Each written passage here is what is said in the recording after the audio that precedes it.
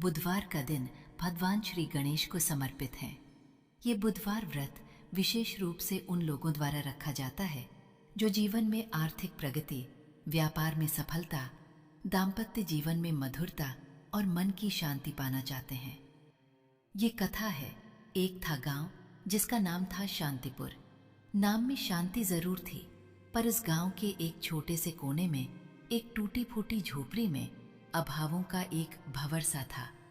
यहीं रहते थे माधव और उसकी पत्नी लक्ष्मी।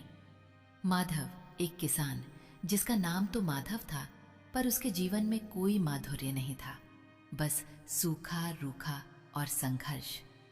उसकी जमीन छोटी थी, फसलें अक्सर रूठ जाती थीं और गरीबी ने उनके घर को अपना स्थायी पता बना लिया था। पर इस अभाव के बीच भी लक्ष्मी थी। लक्ष्मी जिसके नाम में ही धन था, पर उसके पास कोई भौतिक धन नहीं था। उसके पास था तो बस अटूट विश्वास और हृदय में बसी एक निर्मल अविरल भक्ति। लक्ष्मी का रंग सांवला था, हाथ हमेशा काम में जुटे रहने के कारण खुरदुरे, और आंखें, हाँ उसकी आंखें, वे हमेशा एक शांत गहरी आस्था से चमकती रहती थीं। उसकी भक्ति का केंद्र था सबके दुख हरने वाले प्रथम पूज्य विघ्नहर्ता भगवान गणेश। माधव बेचारा, उसकी आंखें तो बस खेत की मिट्टी, आसमान के बादल और खाली पड़े अन्न भंडार को देखती थी। उसे लक्ष्मी की ये अनमोल भक्ति समझ ही नहीं आती थी। वो तो बस सोचता था, इस पूजा पाठ से क्या होगा, पेट तो तब भरेगा जब खेत में दाना उगेगा। ये औरत भी ना बस अपना समय बर्बाद करती रहती है। लक्ष्मी का एक नियम था जो उसने वर्षों पहले अपने मन में, अपनी आत्मा में, अपने हर श्वास में उतार लिया था। हर बुधवार को ब्रह्म मुहूर्त में, जब पूरब में सूरज की पहली किरणें धरती को सहलाने की कोशिश कर रही होती थीं, लक्ष्मी उठ जाती थी। वो एक छोटा सा पीतल का लोटा लेती, अपनी पुरानी फटी हुई साड़ी को ठीक से लपेटती और निकल पड़ती थी गंगा जल लाने। गंगा मैया की जय, उसके होंठ धीरे से बुदबुदाते। गांव से गंगा घाट तक का रास्ता कोई आसान नहीं था, कच्चा पथरीला, कहीं कीचड़ तो कहीं कटीली झाड़ियां। सुबह के धुंधलके में वो रास्ता और भी विकट लगता था, पर लक्ष्मी के मन में एक ही धुन सवार रहती थी, गणेश जी को गंगा जल अर्पित करना है, उनकी कृपा से ही तो सब ठीक होगा। सप्ताह दर सप्ताह, महीने दर महीने ये सिलसिला चलता रहा। कभी तेज धूप में उसका माथा पसीने से भीग जाता, होंठ सूख जाते और पैर जमीन की तपिश से जलने लगते। कभी मूसलाधार बारिश में वो पानी से तरबतर, कीचड़ से सनी हुई फिसलन भरे रास्ते पर संभल संभल कर चलती, और अक्सर तो क्या, हर बार वो अपने मन में मुस्कुराती। उसके पैरों में कांटे चुभ जाते थे, छोटे छोटे नुकीले तीखे कांटे। आह उफ, एक सिसकी हल्की सी, फिर वो तुरंत खुद को संभाल लेती। कोई बात नहीं, ये तो परीक्षा है, मेरे गणेश जी तो सब जानते हैं, ये दर्द तो कुछ भी नहीं मेरी भक्ति के आगे। कभी कभी तो उसके पैर इतने जख्मी हो जाते कि घर आने तक उनमें से खून रिसने लगता। माधव जब देखता तो उसका मन खीज से भर जाता। अरे ओ लक्ष्मी, वो चिढ़कर कहता, देख फिर खून बह रहा है, क्या मिलता है तुझे इस ढोंग से? पेट भरने के लाले परे हैं और तू है कि हर बुधवार ये तमाशा करती है। कौन से भगवान प्रसन्न होते हैं ऐसे बेकार के कर्मों से? अगर इतने ही प्रसन्न होते तो क्या हमारी झोपड़ी में सोने की बारिश हो जाती? लक्ष्मी कुछ नहीं कहती थी, वो बस चुपचाप अपने जख्मी पैरों पर हल्दी चूना लगाती और उसकी आंखों में वही शांत अविचल आस्था तैरती रहती थी। वो माधव की पीड़ा समझती थी, उसकी बातों में करवाहट थी, पर वो भी तो गरीबी से उपजी खीज ही थी। माधव तो बस बाहरी दुनिया देखता था, वो उस अदृश्य डोर को कहाँ देख पाता था जो लक्ष्मी को उसके गणेश से बांधे हुए थी। एक शाम माधव फिर खींच उठा। लक्ष्मी, इस बार भी फसल अच्छी नहीं हुई। सावन रूठ गया है, मेघ बरसते नहीं, कहां से अन्न आएगा? बच्चे भूखे मरेंगे क्या? और तू है कि फिर बुधवार के लिए तैयारी कर रही है, उसने रूखे स्वर में कहा।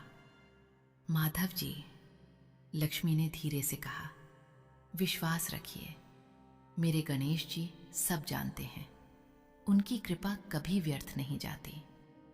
कृपा? माधव हंसा। कौन सी कृपा? जहां से आता है वहां से लाती हूं, और जहां से आता है वहीं पर अर्पित करती हूं। अरे, अगर इतनी ही भक्ति है तो तू क्यों नहीं अपने भगवान से एक बार कहकर सारी गरीबी दूर करवा देती? बस पैर छलनी करती रहती है। ये बात सुनकर लक्ष्मी की आंखें नम हो गईं, पर उसने अपने आंसुओं को भीतर ही पी लिया। वो जानती थी माधव की बातें उसके दुख से जन्मी थीं। उसका विश्वास कभी डगमगाया नहीं, बल्कि और दृढ़ होता गया। जरूर एक दिन मेरे गणेश जी मेरी सुनेंगे। अगला बुधवार जरूर।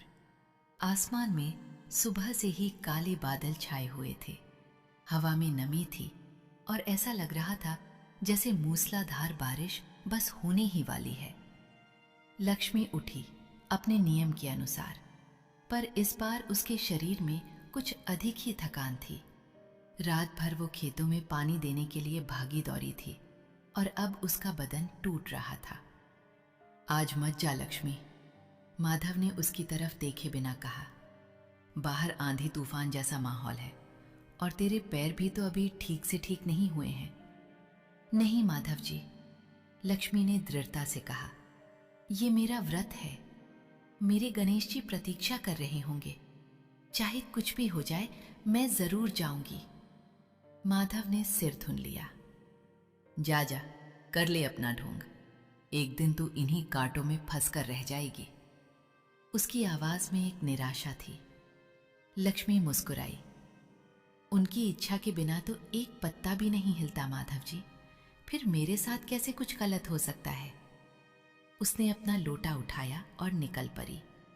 रास्ता पहले से कहीं ज्यादा मुश्किल था। कीचड़ घुटनों तक भर चुका था और कंटीली झाड़ियां बारिश के कारण और भी ज्यादा आक्रामक लग रही थीं। आसमान में बिजली करक रही थी और बादलों की गर्जना से पूरा वातावरण गूंज रहा था। लक्ष्मी के कदम भारी थे, उसके पैरों में पहले से ही जख्म थे और अब नए कांटे बार बार चुभ रहे थे।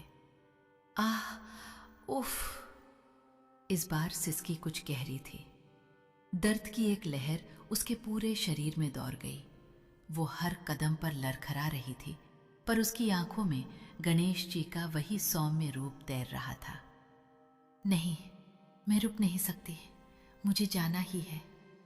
उसने जैसे तैसे गंगा घाट तक का सफर तय किया। गंगा मैया, जो आमतौर पर शांत और शीतल रहती थी, आज उनकी लहरें भी उफन रही थीं, मानो लक्ष्मी की परीक्षा ले रही हों। लक्ष्मी ने कांपते हाथों से लोटा भरा। गंगा जल के स्पर्श से उसे थोड़ी स्फूर्ति मिली। बस अब तो मंदिर तक ही जाना है। वापसी का रास्ता और भी दुष्कर था। बारिश तेज होती जा रही थी। हवा के झोंके उसे पीछे धकेल रहे थे। उसके पैर अब पूरी तरह से बेजान हो चुके थे। हर कदम पर एक नया दर्द, एक नई पीड़ा। हे गणेश जी, हे मेरे विघ्नहर्ता, शक्ति दो, बस मंदिर तक पहुंच जाऊं। वो बुदबुदाई। उसकी आवाज बारिश के शोर में कहीं दब गई। गांव के मंदिर की सीढ़ियां अब दूर नहीं थीं। वो कुछ ही कदम दूर थीं जब अचानक एक तेज हवा का झोंका आया। लक्ष्मी ने संतुलन खो दिया। उसके हाथों से पीतल का लोटा छूट गया और गंगा जल जमीन पर बिखर गया। नहीं! उसके मुंह से एक करुण चीख निकली। उसी क्षण उसके पैरों में एक गहरा भयानक कांटा चुभा। ऐसा लगा जैसे उसकी सारी शक्ति, सारी चेतना उसी एक पल में छिन गई हो। उसकी आंखों के सामने अंधेरा छा गया।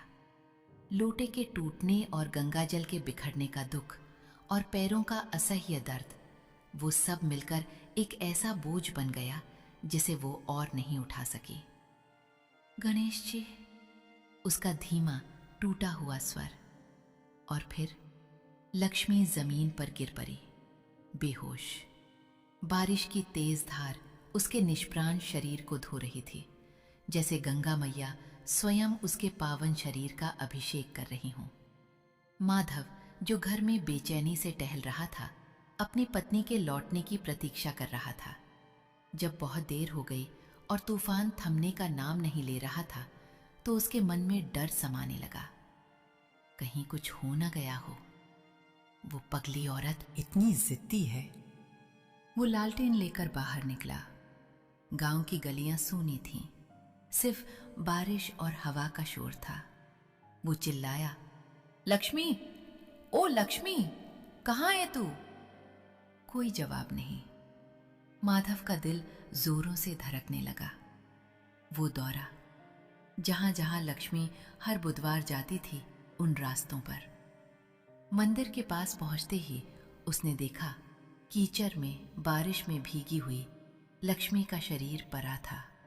उसके पास ही टूटा हुआ लोटा और बिखरा हुआ गंगाजल। लक्ष्मी! माधव चीखा। ये चीख उसके हृदय से निकली थी, जिसमें खीज नहीं बल्कि गहरा भय और चिंता थी। वो भागा लक्ष्मी के पास। उसने उसे उठाया। उसका शरीर ठंडा पड़ चुका था। उसके पैर जख्मी थे और उन पर ताजे कांटों के गहरे निशान थे। माधव ने लक्ष्मी को घर लाया। उसने उसे सूखे कपड़े पहनाए, आग जलाई और रात भर उसके पास बैठा आंखों से नींद कोसों दूर थी। वो पहली बार अपनी पत्नी की भक्ति का ये विकट रूप देख रहा था। उसके मन में अपराध बोध का सैलाब उमड़ पड़ा। मैंने उसका मजाक उड़ाया, उसकी आस्था पर हंसा। हे भगवान, अगर इसे कुछ हो गया तो मैं क्या करूंगा? रात जैसे तैसे कटी। सुबह हुई, पर आसमान अभी भी बादलों से ढका था। लक्ष्मी की हालत थोड़ी स्थिर हुई थी, पर वो अभी भी कमजोर थी। माधव ने उसे देखा और फिर बाहर निकला। उसका मन अशांत था। खेतों में भी तो देखना है, कल रात की बारिश से क्या हाल हुआ होगा। वो खेत की ओर चला। उसके कदम भारी थे, मन उदास। खेत की मेर पर पहुंचकर उसने जो देखा, वो उसकी कल्पना से भी परे था। उसकी आंखें फटी की फटी रह गईं। उसके होंठ खुले के खुले रह गए।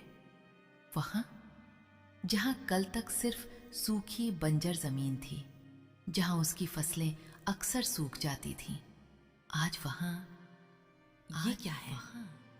माधव के मुंह से अनायास निकला। खेतों में हरी भरी फसलें लहलहा रही थीं, और वे सिर्फ हरी भरी नहीं थीं। उन फसलों के बीच सूर्य की हल्की किरणों में कुछ ऐसा चमक रहा था मानो सोना बिखरा पड़ा हो। पीली सुनहरी बालियां, एक एक दाना मोतियों जैसा चमकता हुआ। हवा के हल्के झोंके से वे ऐसे हिल रही थीं जैसे लाखों दिए एक साथ झिलमिला रहे हों। हर दाना इतना भरा हुआ, इतना परिपूर्ण। ये कोई सामान्य फसल नहीं थी, ये तो कोई दिव्य चमत्कार था। खेत के कोने कोने तक, जहां तक नजर जा रही थी, सिर्फ और सिर्फ स्वर्ण सी चमकती फसलें, जैसे धरती ने अपने सारे रत्न उगल दिए हों। माधव जमीन पर घुटनों के बल बैठ गया। उसकी आंखों से आंसू झरझर बहने लगे। ये खुशी के आंसू थे, आश्चर्य के आंसू थे, और सबसे बढ़कर पश्चाताप के आंसू थे। हे गणेश जी, उसके मुंह से निकला। उसकी आवाज रूंध गई थी। हे मेरे विघ्नहर्ता, मैंने क्या समझा था? मैंने आपकी कृपा को, लक्ष्मी की भक्ति को मजाक समझा था। मुझे क्षमा करें प्रभु। वो अपने हाथों से उस सुनहरी फसल को छूने लगा। एक एक दाना इतना ठोस, इतना जीवनदायक। उसने मिट्टी को उठाया और अपनी आंखों से लगाया। इस मिट्टी में उसकी लक्ष्मी के रक्त के कण भी तो मिले थे, उसके पैरों से निकले रक्त के कण जो उसकी भक्ति की गवाही थे। हे भगवान, मेरी पत्नी, मेरी लक्ष्मी, वो रो पड़ा। वो सच्ची थी, उसकी भक्ति सच्ची थी। मैं अज्ञानी, मैं अंधा, जिसने कभी देखा ही नहीं कि उसके घर में कितनी बड़ी तपस्विनी रहती है, वो भागा भागा सीधे मंदिर की ओर। मंदिर पहुंचकर उसने गणेश जी की प्रतिमा के सामने माथा टेक दिया। उसका सिर जमीन से छू गया। हे गणनायक, हे सिद्धि विनायक, मुझे क्षमा करें। मैंने आपकी और मेरी पत्नी की सच्ची भक्ति का अपमान किया। मैंने उसके हर दर्द का, उसके हर समर्पण का मजाक उड़ाया। मैं कितना मूर्ख था। उसके आंसू गणेश जी के चरणों को भिगो रहे थे। उसकी आत्मा का सारा मैल आज धुल रहा था। उसे अपनी हर बात, हर कटाक्ष याद आ रहा था। कैसे उसने लक्ष्मी को पगली कहा था, कैसे उसके जख्मी पैरों पर हंसा था, कैसे उसकी आस्था पर प्रश्न चिन्ह लगाया था। शायद मैं देर से समझा प्रभु, उसने सिसकते हुए कहा। लेकिन मेरी पत्नी की भक्ति वो सच्ची थी, पवित्र थी, निर्मल थी। ये जो चमत्कार हुआ है, ये मेरी लक्ष्मी की सच्ची श्रद्धा का फल है, मेरा नहीं। मैं तो इसके लायक भी नहीं हूं। माधव का हृदय पश्चाताप और कृतज्ञता से भर गया। वो जानता था कि अब उसका जीवन बदल गया है। सिर्फ गरीबी ही दूर नहीं हुई थी, बल्कि उसके मन का अंधकार भी मिट गया था। उसे अपनी पत्नी की कीमत समझ आ गई थी। वो घर लौटा। लक्ष्मी अभी भी लेटी हुई थी। उसकी आंखें खुली थीं, पर उनमें थकान थी। माधव उसके पास गया। उसने लक्ष्मी के जख्मी पैरों को उठाया और अपनी आंखों से लगाया। फिर वो फूट फूट कर रो पड़ा। लक्ष्मी, उसने कहा। उसकी आवाज में वो करवाहट नहीं थी, सिर्फ प्रेम और सम्मान था। मुझे माफ कर दे मेरी पत्नी, मैंने तुझे कभी समझा ही नहीं। तेरी भक्ति ने आज हमें जीवन दान दिया है। तूने तो हमें सोना ही नहीं दिया, बल्कि सच्ची आस्था का पाठ भी पढ़ाया है। लक्ष्मी की आंखों में आंसू आ गए। ये आंसू दुख के नहीं, बल्कि वर्षों के इंतजार के थे कि उसका पति उसकी आस्था को समझे। उसने अपना कमजोर हाथ उठाया और माधव के सिर पर रखा।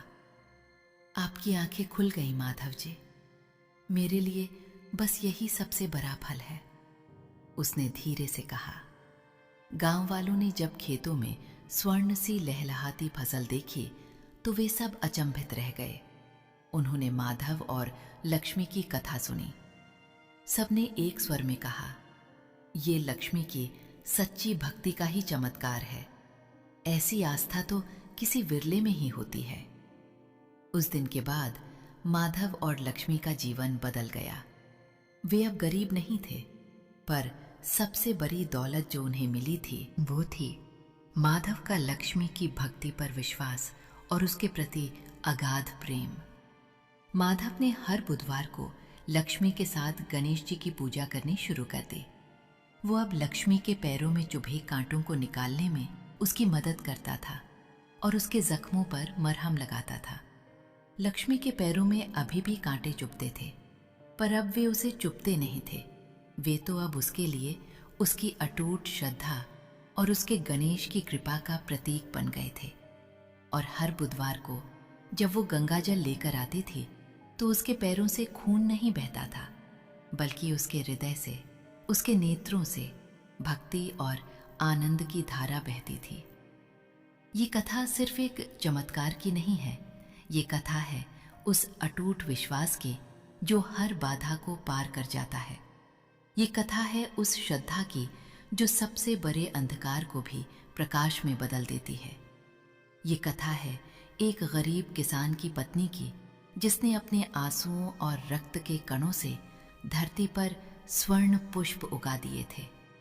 और ये कथा है उस अज्ञानी पति की जिसकी आंखें देर से ही सही पर सत्य को पहचान गईं और जिसने अपनी पत्नी की सच्ची भक्ति के सामने सिर झुका लिया। क्या आप नहीं समझते, यही तो हमारे सनातन धर्म का मूल है, विश्वास, समर्पण और प्रभु की असीम कृपा। प्रिय साथियों, इस वीडियो में बुधवार की पावन व्रत कथा यहीं पर समापन होती है।